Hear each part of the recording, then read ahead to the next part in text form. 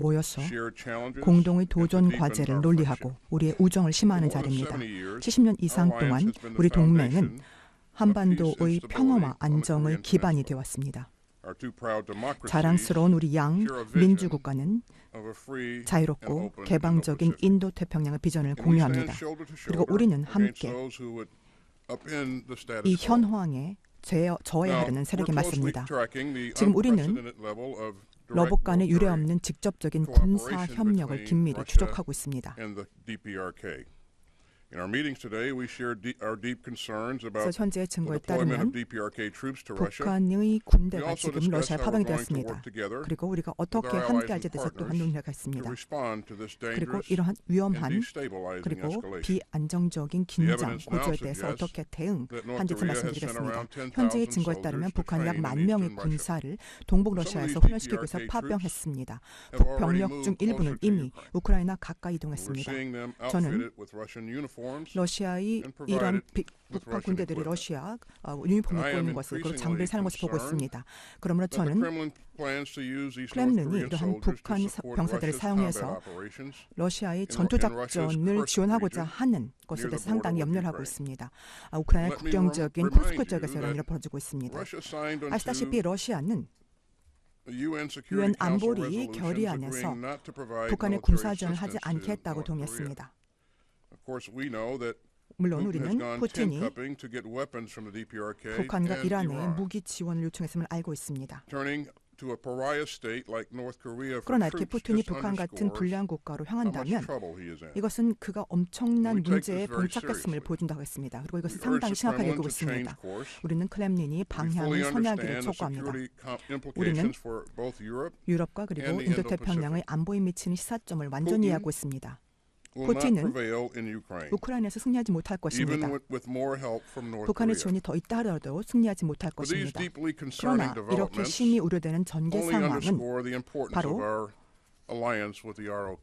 대한민국과의 동맹 그리고 공동안보와 번영을 지지하는 다른 동맹과의 중요성을 여실히 보여줍니다.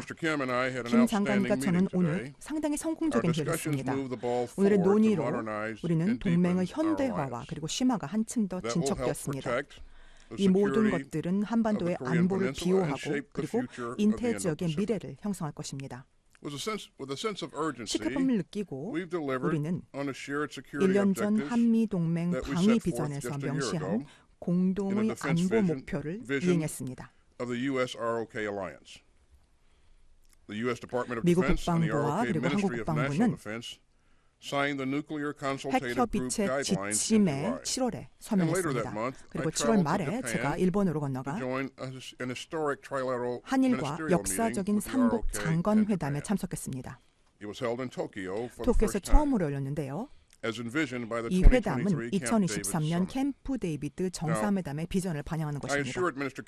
저는 김 장관님께 미국은 한국에 대한 방어를 전적으로 약속한다고 보장했습니다. 미국의 확장 억제 공약은 철통같이 강합니다. 이러한 공약은 바로 미국의 모든 범주의 재래식, 미사일 방어, 핵, 그리고 진전된 비핵 역량에 의해서 지원될 것입니다. 우리는 또한 한국과 대규모 훈련을 재개했습니다. 이러한 훈련은 연합준비태세와 상호 운영성을 강화하고 있습니다. 우리는 또한 인태 지역에서 공동 안보 도전 과제를 함께 하기로 생각하고 있습니다. 그래서 오늘 김 장관과 저는 공유된 가치와 공동 이익에 기반한 지역 전반에 걸친 협력을 확장하는 프레임워크를 승인했습니다. 우리는 또한 유엔사의 중요성에 대해서 논의했습니다. 유엔사는 한반도의 평화에 관한 국제공동체의 지속적인 약속을 반영합니다. 올해 초에 한국의 지원으로 우리는 독일을 유엔사의 18번째 회원국으로 받아들였습니다. 앞으로도 우리는 이 모멘텀을 계속해서 구축할 것입니다. 그리고 협력의 규모와 범위를 확장할 것입니다. 우리는 전략적인 우위 그리고 또한 혁신을 사용해서 우리의 전투원들에게 최첨단 기술을 제공할 것입니다. 우리 동맹은 언제나 함께 행동한다는 공동의 약속에 뿌리를 두었습니다. 그리고 70년 전에 우리를 함께 묶은 이러한 이익이 계속 강하게 성장하고 있습니다. 오늘의 논의는 다시 한번 동맹의 미래를 위한 공동의 비전을 강조한다 하겠습니다. 김정은님의 리더십 그리고 이 자랑스러운 동맹에 대한 약속에 대해서 감사드립니다. 오늘 회의에서 많은 결실이 있었습니다. 그리고 내일 블링컨 장관과 그리고 조 장관님과 함께하는 2+2 회의에서 더 많은 결실이 있게 맞습니다. 감사합니다. 이제 김 장관님께 연단을 넘기겠습니다. 감사합니다.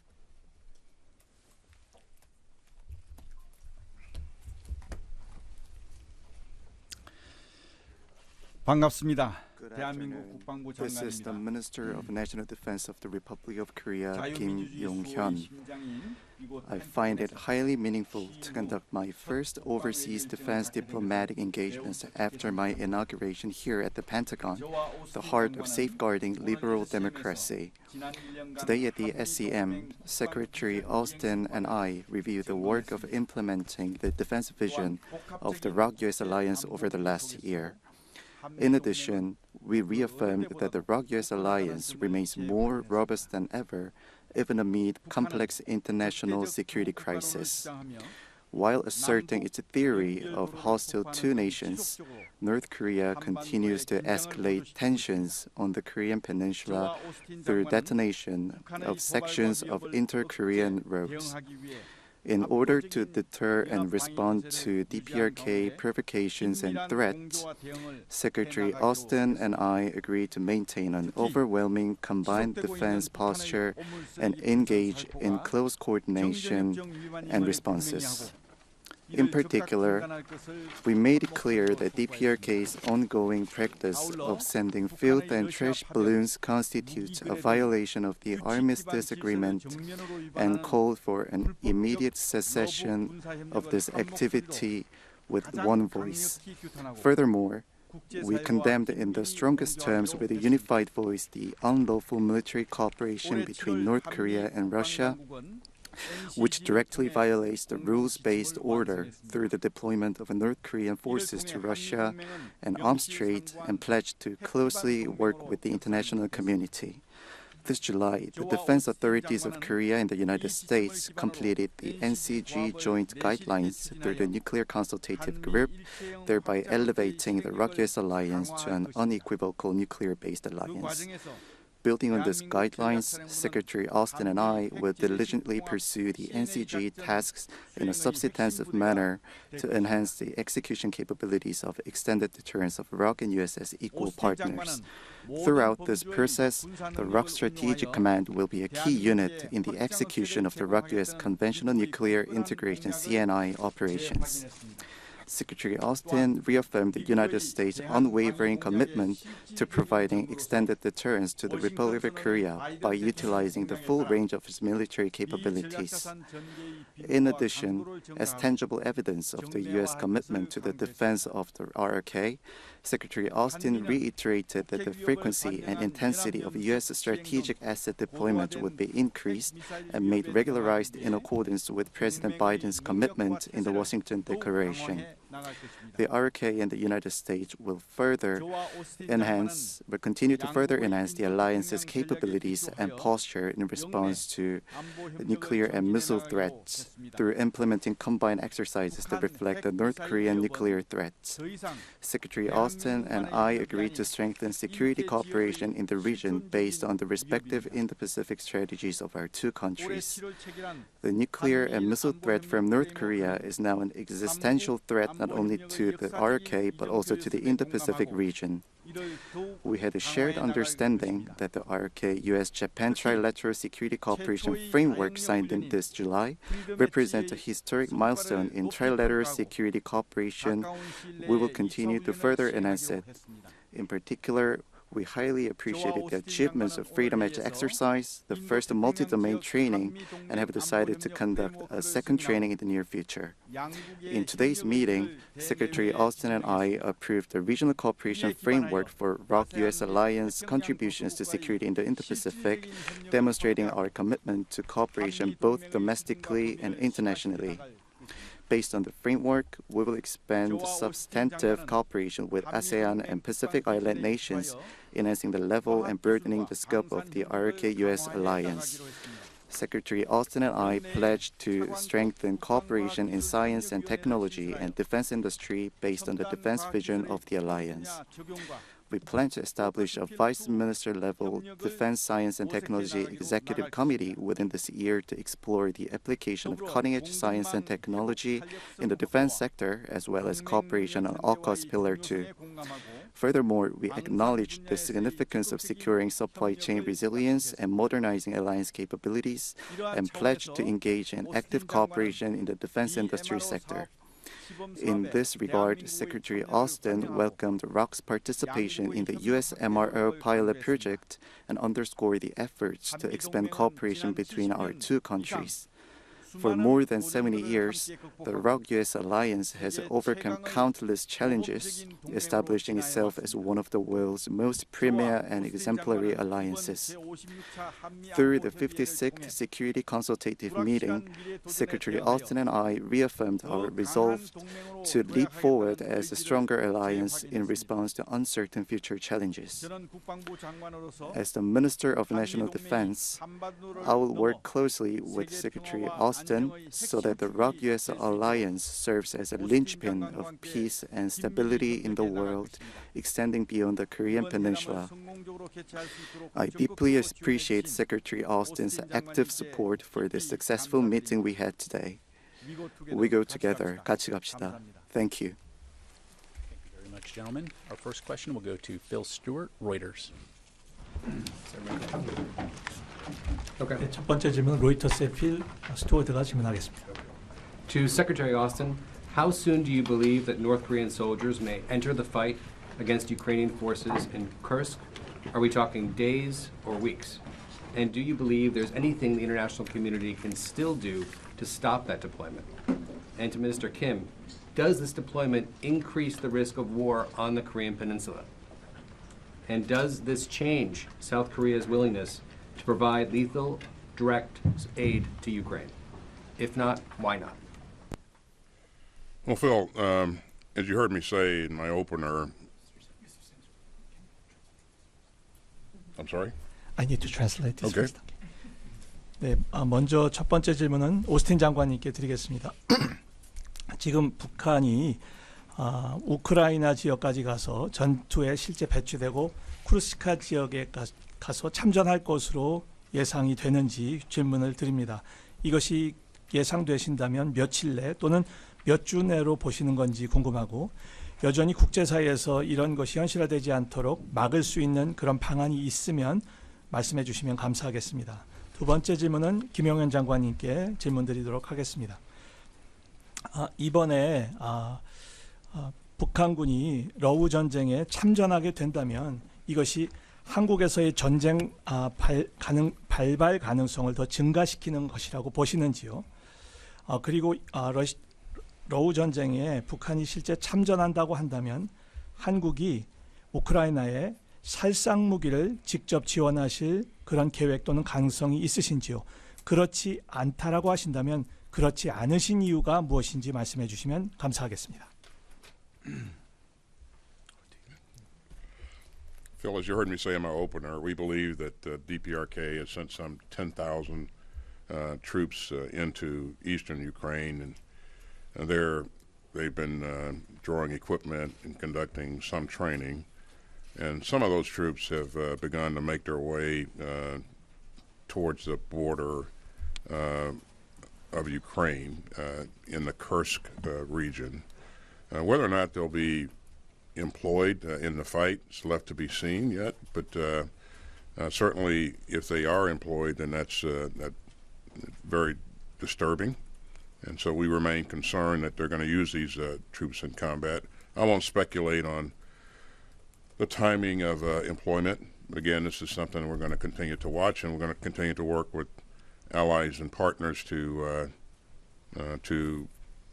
discourage Russia from employing these troops in combat.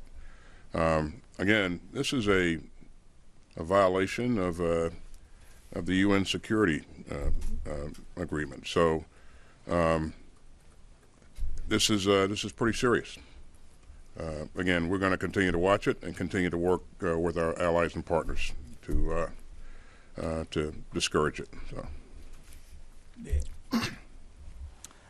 제가 이미 개회사에서 말씀드린 것처럼 북한 병력 10,000명가량이 러시아 동부 지역에 이미 배치가 되었고 이외에도 여기에 더해 장비 또는 훈련이 제공되는 것으로 파악하고 있습니다. 그리고 이 병력 중에 일부가 러시아와 우크라이나 국경 지방, 즉 쿠르스크 지역으로 들어간 것으로 파악하고 있습니다. 그들이 과연 실제 러우 전쟁에 참전할 것이냐 여부에 대해서는 지금 당장 결론을 미리 말씀드리긴 어렵습니다. 하지만 참전한다고 한다면 이것은 매우 엄중한 상황이 될 것이라는 것이 분명하고 그래서 저희들이 매우 심각한 우려를 가지고 있습니다. 다만 이 참전의 시기가 언제가 될지를 미리 예단하고 추측하는 것은 별 도움이 되지 않는다고 생각하고 다만 저희들은 이러한 부분에 대해서 예의주시하고 있으며 또한 앞으로도 계속해서 동맹, 파트너들과 강력하게 협력해 나갈 것입니다. 이를 통해 러시아가 북한 병력이 실제 전장에 참여해서 참전하는 것을 단념할 수 있도록 계속해 저희들은 노력을 아끼지 않을 것입니다. 여러분 아시는 것처럼 이러한 현재의 진행은 유엔 안보리 결의안을 위반하는 것으로서 저희들이 심각한 우려를 가지고 엄중하게 살펴보고 있습니다. 저희들 계속해서 예의주시할 것이며 동맹과 파트너들과 함께 조처를 취해 나갈 것입니다.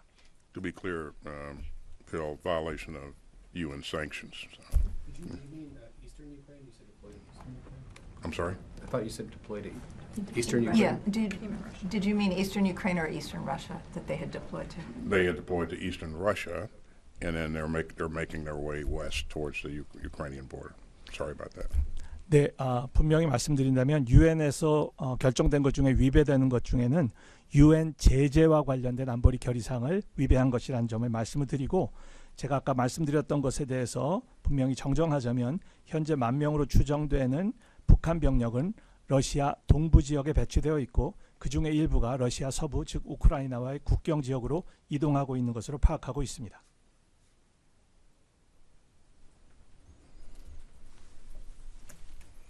예, 두 번째 질문에 대한 답변을 드리겠습니다. 북한군의 러시아 파병과 관련해서 한반도의 한국의 전쟁 발발 가능성에 대한 질문이었습니다.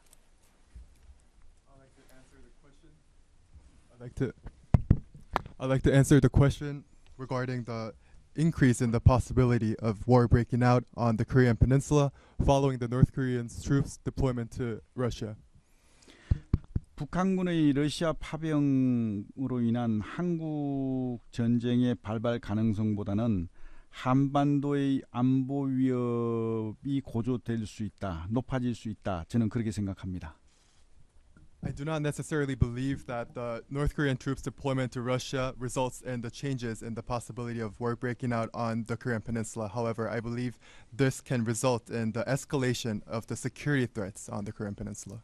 왜냐하면 북한은 파병을 조건으로 해서 러시아에게 그 첨단 군사 기술 지원을 요구할 가능성이 높습니다. This is because there's a high possibility that North Korea, in exchange for their troops deployment, would ask for cutting-edge technology transfer. 예를 들어서 전술 핵무기 고도화라든지 ICBM 미사일 고도화 기술, 그 다음에 또 정찰 위성에 대한 기술, 원자력 잠수함 만드는 기술, 이런 어떤 첨단 과학 기술을, 군사 기술을 요구할 가능성이 높습니다.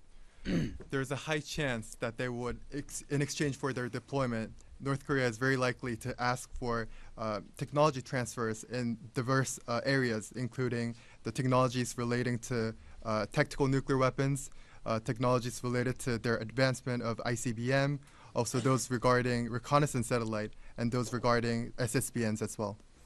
이와 함께 이제 북한이 가져 있는 노후화된 재래식 무기들을 신형으로 교체할 것을 요구할 수도 있습니다. There's also a high chance that they will try to replace their equipments that have been taken a lot of time, that so therefore old technologies or equipments. 이러한 것들이 한반도의 그 안보 위협을 증대시키고 불안정성을 높일 수 있는 요인이 될 수 있다고 생각합니다. I believe such changes in the technological situation of North Korea can pose increase in the escalation of security threats on the Korean Peninsula. 하지만 지금 러우 전쟁에서 우리가 보았듯이 러시아의 재래식 무기의 수준이 결코 그렇게 우리가 생각했던 것보다 위협적이지 못하다는 평가를 전문가들은 하고 있습니다. However, one thing to consider is that as we have witnessed in the Russia-Ukraine war, the conventional weapon capabilities of Russia is not as formidable as we expected it to be. 러시아의 첨단 과학 군사 기술들이 북한에 들어와서 그들의 어떤 무기 체계를 고도화시킨다 하더라도 우리가 충분히 극복할 수 있는 능력이 있고 특히 한미 동맹과 한미일 군사협력 체계를 공고히 한다면 충분히 극복 가능하다고 저는 생각합니다. Therefore, even with the possibility of Russia's cutting-edge technology flowing into North Korea and thereby resulting in the advancement of North Korea's military technology, I believe it is possible for us to overcome such challenges based on our robust ROK-US alliance and ROK-US-Japan trilateral security cooperation. And through these cooperation, I believe we can secure enough and sufficient capability in order to overcome such security challenges. 결론적으로 전쟁 발발 가능성보다는 한반도에 대한 안보 위협 그리고 불안정성이 다소 높아지긴 하겠지만 충분히 극복 가능하다고 저는 평가하고 있습니다. In short, I would rather see the results or impacts of the deployment as an increase that can result. I believe the deployment can result in the security threats on the Korean Peninsula, and it could also have a destabilizing impact on the security of Korean Peninsula, but I don't believe it is going to be any changes in the possibility of war breaking out on the Korean Peninsula. Our next question will go to Hyun Kim, Yonhap News Agency. 연합뉴스 김재원입니다. 우선 김용현 장관님한테 질문드리겠는데요. 지난해 있었던 미국에 대한 한국의 포탄 대여는 한국 측이 한미 상호 방위 조약을 이행한 대표적 사례였다고 평가할 수 있습니다. 이번에도 추가로 미국의 포탄 부족분을 채워주는 방식으로 우크라이나를 우회 지원할 계획이 없으실지 궁금하고요. 그리고 또 북한의 오물 쓰레기 풍선에 대해서 현재 중단 촉구와 낙하 후 수거 방식 대응만 이루어지고 있습니다. 추가적인 대응 조치가 궁금합니다. 또 이 마지막 질문은 두 장관님께 공통으로 드리겠습니다. 북한의 반인도적 범죄 그리고 각종 도발에 대해서 김정은에게 할 말이 있다면 부탁드리겠습니다. It's reporter Kim from Yonhap Agency, and I have first I have a question directed to Minister Kim. Last year's munition deal between Korea's cooperation and the United States is an exemplary case where Korea was able to provide support toward United States in accordance with the Mutual Defense Treaty. And do you have any additional plans to give a indirect support to Ukraine by supplying munitions to United States in an indirect way? And also, there's another question about the trash and filth balloons. Korea has been showing consistently the kind of response. Korea has been showing response such as collecting the trash balloons after they were dropped on the territory of Korean Peninsula, or they have consistently asked North Korea to cease the release of trash balloons. Do you have any additional measures in order to respond to such release of trash or filth balloons from North Korea? And this question, the last question, is directed to both Minister Kim and Secretary Austin. North Korea has consistently shown their anti-humanitarian provocations. Do you have any messages in mind that you can deliver to Kim Jong-un in North Korea? 우선 포탄 지원 관련한 질문에 대해서는 지금까지 어떠한 것도 결정된 바가 없다는 점을 말씀드립니다. 그 다음에 두 번째 질문, 오물 쓰레기 풍선 살포와 관련해서는 오늘 오스틴 장관님하고도 같이 의견을 같이 했지만 이것은 분명히 정전협정 위반임을 확인했고 이 정전협정 위반을 넘어서 우리 국민의 안전을 위협하는 도발 행위라고 저는 생각합니다. 하지만 우리 국민의 안전을 최우선 고려해서 감시와 추적을 통해서 마지막까지 낙하 지점까지 확인한 다음에 우리가 그 유해 물질 여부를 확인하고 수거하는 방법의 우리 국민의 안전을 확보하는 최선의 방법이라고 생각해서 그동안 그렇게 해오고 있는데 지금 거의 그 선을 넘어가고 있습니다. 그래서 다양한 방법으로 대응을 준비하고 있습니다. 그 다음 세 번째 질문은 김정은에게 하고 싶은 얘기를 말씀하셨는데 맞나요? 네. 북한군의 그 러시아 파병의 본질은 우크라이나 전쟁에 제3자가 개입하면서 확전에 대한 우려라고 생각합니다. 그래서 이 북한군이 파병됨으로써 우크라이나뿐만 아니라 유럽 모든 세계 국가들이 확전에 대한 우려를 하는 것이거든요. 그래서 지금 이게 북한의 파병은 러시아의 불법적인 침략 행위에 야합하는 행위다. 저는 그렇게 생각합니다. 그래서 이 야합하는 행위뿐만 아니라 김정은이가 자신의 독재 정권을 유지하기 위해서 자기 군대를 총알바지 용병으로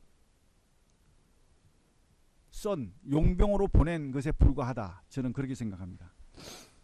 이거야말로 반인륜적이고 반평화적이고 전쟁 범죄 행위로 볼 수 있다. 그렇기 때문에 이후에 북한군의 그 파병으로 일어난 이후의 문제에 대한 모든 책임은 저는 김정은이한테 있다고 저는 생각합니다. 그래서 김정은이에게 할 수 있는 얘기는 북한군 파병을 즉각 철회할 것을 강력히 촉구합니다. So the first question about munition supply to United States, I have to give you an answer that at the current moment, nothing is determined. And for your second question about Korea's response to North Korea's release of trash and filth balloons, in today's meeting, Secretary Austin and I have confirmed that the deployment of trash and filth balloons are a violation of armistice agreement. And as the release of trash and filth balloons is a provocation that poses a safety threat to our people, we have been using the response of first identifying and then tracking, and then after we found out the location of the dropping, and then we checked if there's any biological or chemical weapons in it. After we have gone through all the tests, then we collected those balloons. These measures were taken under our assessment that this is the best and most optimal way of guaranteeing and confirming the safety of our people, and that this is the way to protect our people in our best way. However, North Korea is crossing the line with various methods of provocations, and we are open to all alternatives when it comes to our response to North Korea's provocation.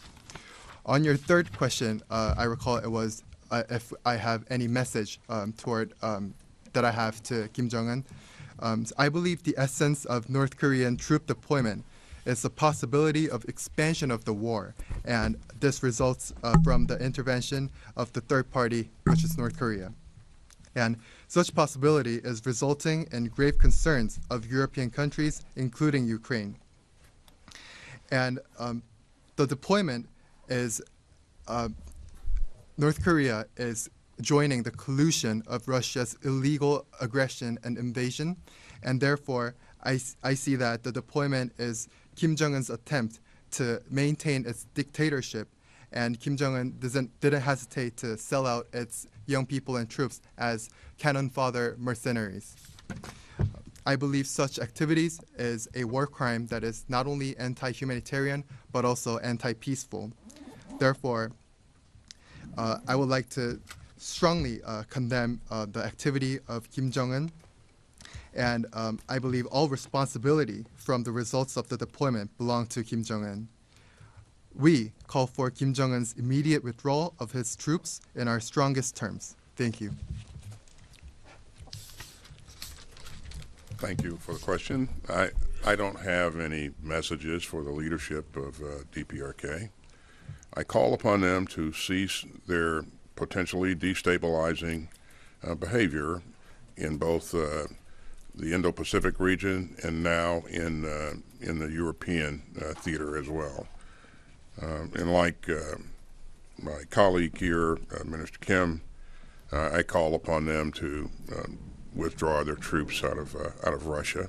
It does have the potential of lengthening the conflict or broadening the conflict if that continues. So. 질문에 감사드립니다. 북한 최고위자에게 직접 개인적으로 전달할 메시지는 제가 따로 말하지 않겠습니다. 다만 북한의 현재의 행동이 인태 지역과 현재는 또 유럽 전국까지 퍼져서 매우 많은 불안을 야기하고 있기 때문에 이것을 즉각 중단할 것을 촉구하는 바입니다. 또 김 장관님께서 말씀하신 것처럼 러시아에서 즉각 그들이 철수할 것을 요청합니다. 이러한 행위는 현재 러우 전쟁의 기간을 더 장기화시키고 또 이런 분쟁이 더 넓은 지역으로 확대될 그런 잠재성과 우려를 가지고 있습니다. Our next question will go to Courtney Cuby, NBC. Thank you. Mr. Secretary, you told Phil that the U.S. will continue to watch this deployment and work with allies to discourage it, but how specifically can the U.S. or the international community actually stop? Is there anything the U.S. can do? And you just said that this does have the potential for broadening the conflict. Does that mean that you see the possibility that if in fact Russian troops are fighting alongside North Korean troops, that means other countries could send troops, perhaps even to fight alongside the Ukrainians in an advisory level or at fighting or anything? And then just one more, this is my real question, those were follow-ups. My real question is just, what happens when North Korean troops are killed by U.S. provided weapons? And then Minister Kim,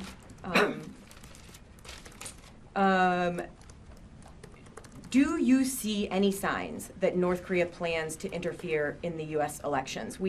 Your DIA said today that DPRK may be ready to launch an ICBM, perhaps a nuclear weapon. Is there any indication that could be, or other actions that they may be taking could be specifically to interfere with the U.S. election? Thank you. You only get one.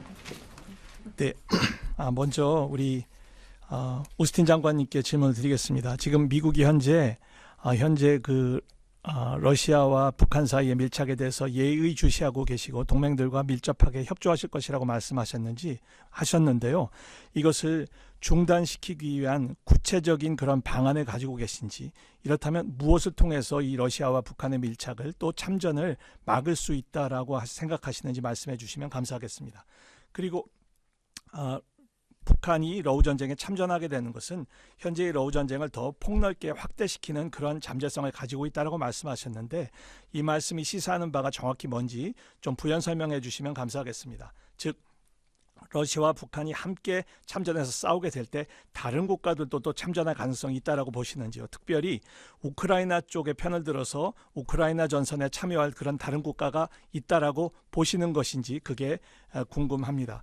그리고 또 지금 또 드리고자 하는, 또 우리 오스틴 장관님께 드리고자 하는 질문은 미국이 지원한 무기가 북한군을 살상하는 그런 시점이 도달할 수 있다고 보시는지, 그렇다면 그것이 언제 현실화된다고 보시는지 말씀해 주시면 감사하겠습니다. 그리고 우리 김영현 장관님께는 질문 하나만 드리도록 하겠습니다.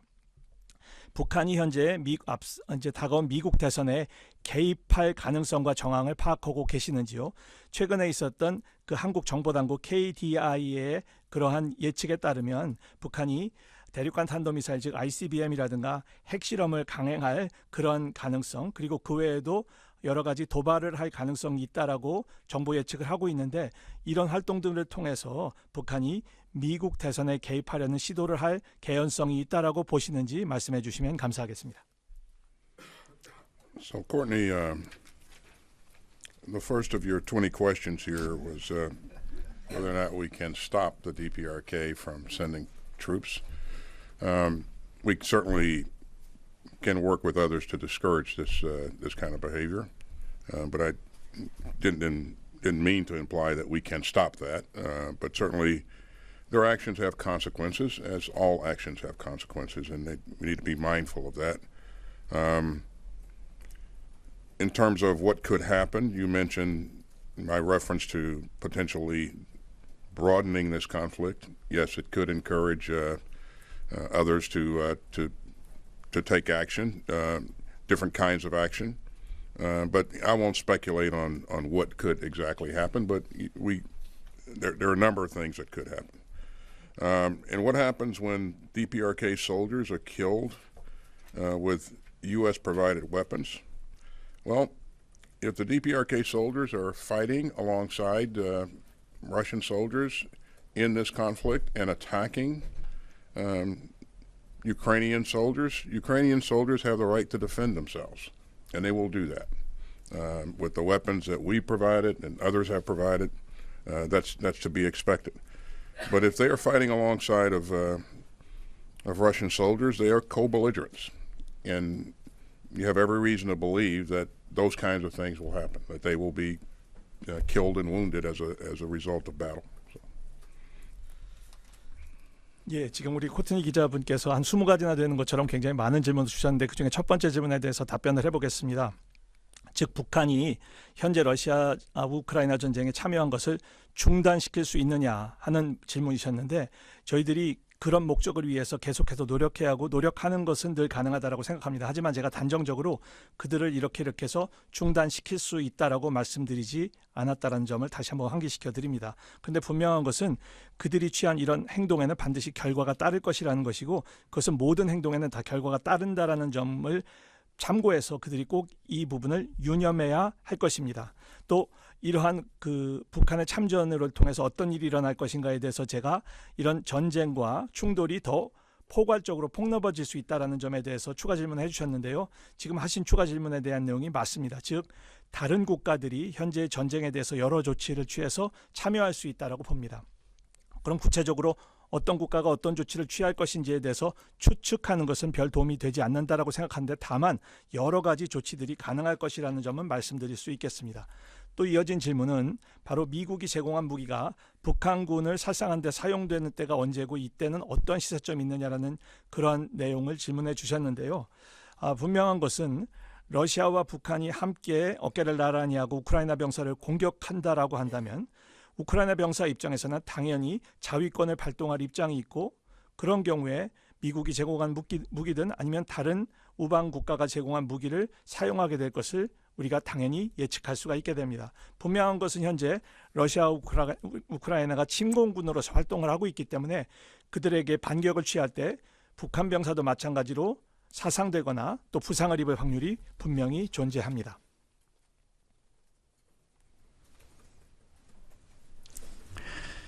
네, 오스틴 장관님께는 20개를 질문하시고 저한테는 1개만 해주셔서 감사드립니다. Thank you for giving 20 questions to Secretary Austin, but only one for me. 매우 행복합니다.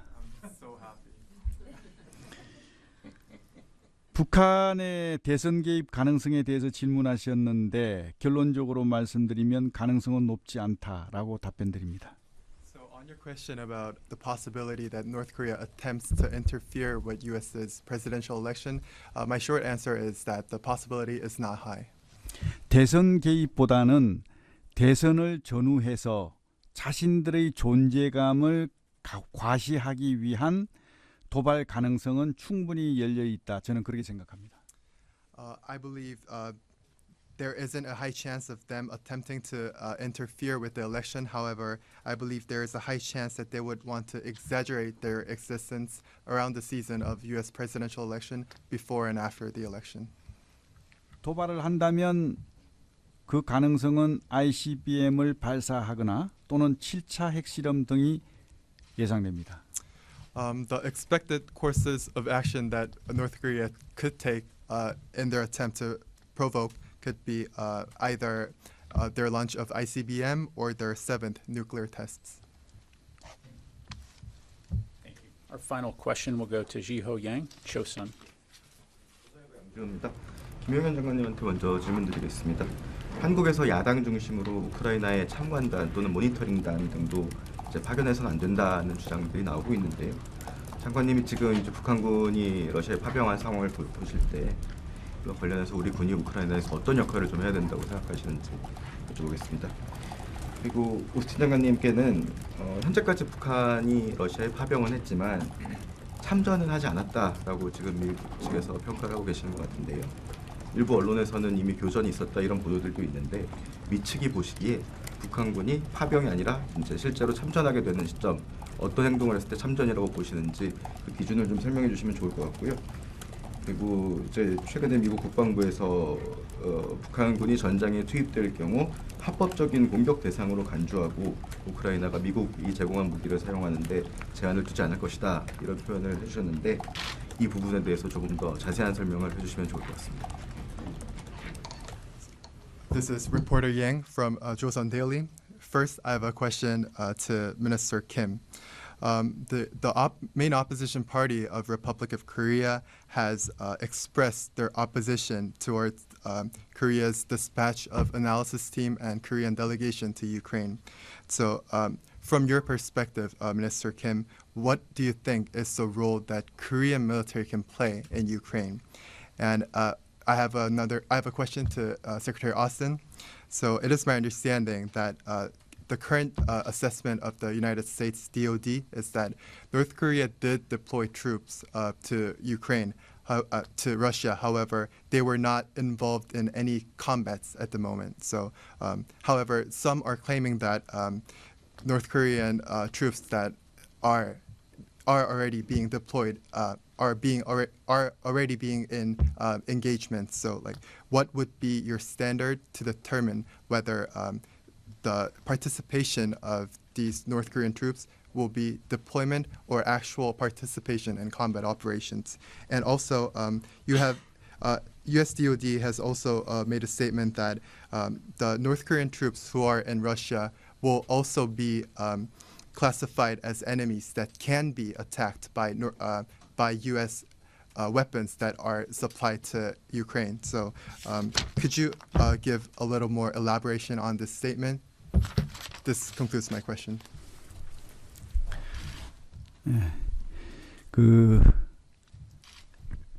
우크라이나전에 대한 참관단 또는 모니터링단 파병과 관련한 질문이었습니다.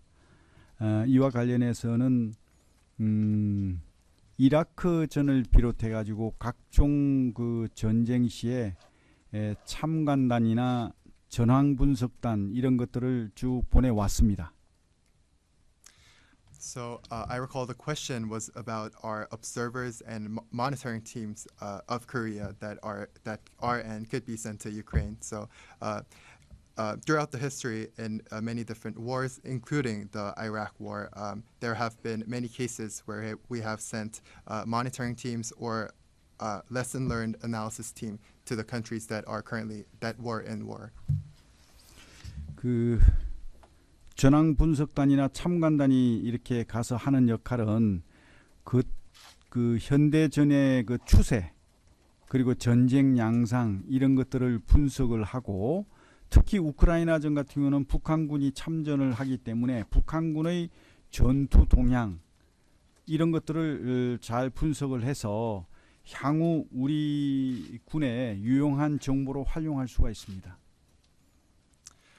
The role of such observers or analysis team play in the war is mainly analysis of the trends of the modern warfare or different aspects of modern warfare.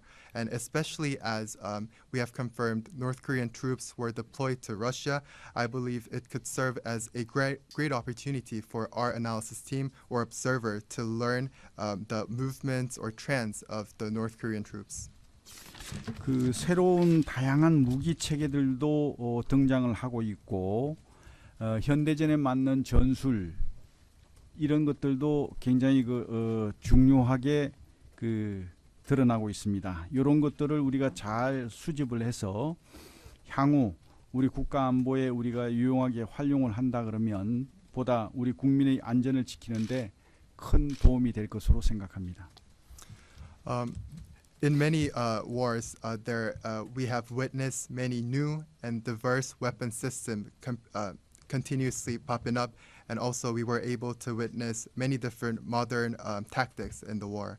I believe if we can collect such information diligently and then utilize it for our future safety and stability of our country, I believe it can serve as an opportunity for us to provide better protection toward the people of Republic of Korea. 그래서 우크라이나 전에 참관단을 보낸다든지 무슨 그 전황 분석단을 보내는 것은 당연한 우리 군의 임무라고 저는 생각합니다. 만약에 그렇게 하지 않는다면 그거야말로 잘못된 것이고 직무유기라고 생각합니다. I believe it is an obvious task that our military should play to send observers and analysis team to the Russia-Ukraine war. And I would even say that if we don't send our observers or analysis team, it would mean that we are not faithfully doing our jobs. So thank you for your question. As I understand it, the first question was, what is our standard for determining whether or not the DPRK troops are actually fighting or in the fight? And the second question was whether or not they can be engaged with U.S. weapons. So I think standard's pretty easy. If they're fighting, if they're attacking Ukrainian soldiers, then they are co-belligerents. They're a part of this fight. That's fairly easy to determine. And it's not certain that they will be introduced into this fight, but clearly 10,000 soldiers, and some of them are moving west towards the Ukrainian border, then there's a good likelihood that they will be employed. But we'll see. We won't speculate. We'll collect evidence. But they're doing this because Putin has lost a lot of troops. And, you know, he has a choice of either getting other people to help him or he can mobilize. And he doesn't want to mobilize because then the people in Russia will begin to understand the extent of his losses, of their losses. So there's a good likelihood that these troops will be introduced into combat. Not certain, but I think the likelihood's pretty high. But this is not a sign of strength. It's a sign of weakness. Putin has not achieved one strategic objective in 2.5 years against a force that was far inferior to his force. That's a sign of weakness. Again, he's gone to other countries for weapons and munitions, and now he's going to other countries for people. And as I said earlier, if they are fighting and they're co-belligerents, they're attacking Ukrainian troops, and the Ukrainian troops have the right to defend themselves, and we have every expectation that they will. They'll use their own weapons. They'll use the weapons that they've been provided, and you know that won't be a surprise to anyone. But this doesn't have to happen. Putin can end this war today. It was his choice to launch this war. He's not achieved his objectives. He can end this war, and he should end this war. Otherwise, we'll see a lot more losses on both sides, and that's really highly unnecessary. But I think in terms of our standards for determining whether or not, you know, they're fighting, they're in the fight, I think it'll be pretty easy to determine that. Okay. 네, 질문 감사드립니다. 두 가지 질문으로 제가 요약해 보겠습니다. 첫 번째는 북한이 실제 파병을 넘어 참전까지 했는지를 판명하는 기준이 뭔가 하는 질문이셨고, 두 번째는 이런 참전하게 된 북한 병사에 대해서 미국 무기로 우크라이나 병사가 관여하게 될, 즉 교전하게 될 가능성에 대해서 질문을 해주신 것으로 파악합니다. 첫 번째 질문에 먼저 답변을 드리겠습니다. 참전 여부를 판별하는 기준은 매우 용이하다고 생각합니다. 그들이 러시아 군사와 함께 싸우고 공격하면서 우크라이나 병사에게 공격을 가하면 그들은 함께 러시아와 침공한 세력이 되는 것이고, 이것을 통해 그들이 참전했다는 것이 쉽게 결정되게 될 것입니다. 그런데 현재 파병된 북한군 병사들이 다 그럼 참전할 것인지, 그것은 예단할 수 없습니다. 다만 10,000명이나 되는 사람들이 이미 러시아에 들어갔고 그중에 일부가 우크라이나 국경까지 이동했다면 참전 가능성은 상식적으로 상당히 높다라고 볼 수 있다고 봅니다. 근데 이것을 갖고 예단하지는 않고 저희들이 예의주시하면서 증거를 파악하도록 하겠습니다. 근데 이와 관련해서 분명히 말씀드린 것은 북한이 이렇게 파병하게 된 배경에는 바로 푸틴이 러시아 병사들 많은 병력을 이미 상당히 잃었기 때문이다라는 점입니다. 이것에 대한 푸틴의 대안은 두 개였을 텐데요. 하나는 자국 국민들을 모병 모집하는 거나 아니면 외국으로부터 그렇게 도움을 받아 참전을 받는 부분이 있었을 텐데, 첫 번째 모병안은 그렇게 어려웠던 것이 이것을 모병하게 되면 러시아 국민들의 저항이 있을 것이고, 또 하나는 현재 러시아 군이 많이 고전하고 있다는 것을 인정하는 것이 되기 때문에 그것을 많이 꺼리는 것으로 파악이 됩니다. 그래서 현재 이렇게 파병된 그런 군사들이 참전까지 들어갈 가능성은 여전히 높다라고 저희들은 파악하고 있는데요. 그런데 이런 현재의 상황은 러시아의 강점을 보여주는 것이 아니라 약점을 보여주고 있다는 점을 제가 적시하기 바랍니다. 즉 지난 2년 반 동안 전쟁이 진행됐지만 푸틴은 러시아보다 훨씬 약한 우크라이나군을 상대로 그 어떤 전략적 목표도 하나도 달성한 바가 없습니다. 그게 안 되는 상황에서 다른 국가로부터 탄약과 무기를 공급받다가 이제는 병력까지 공급을 받는 상황이 된 것입니다.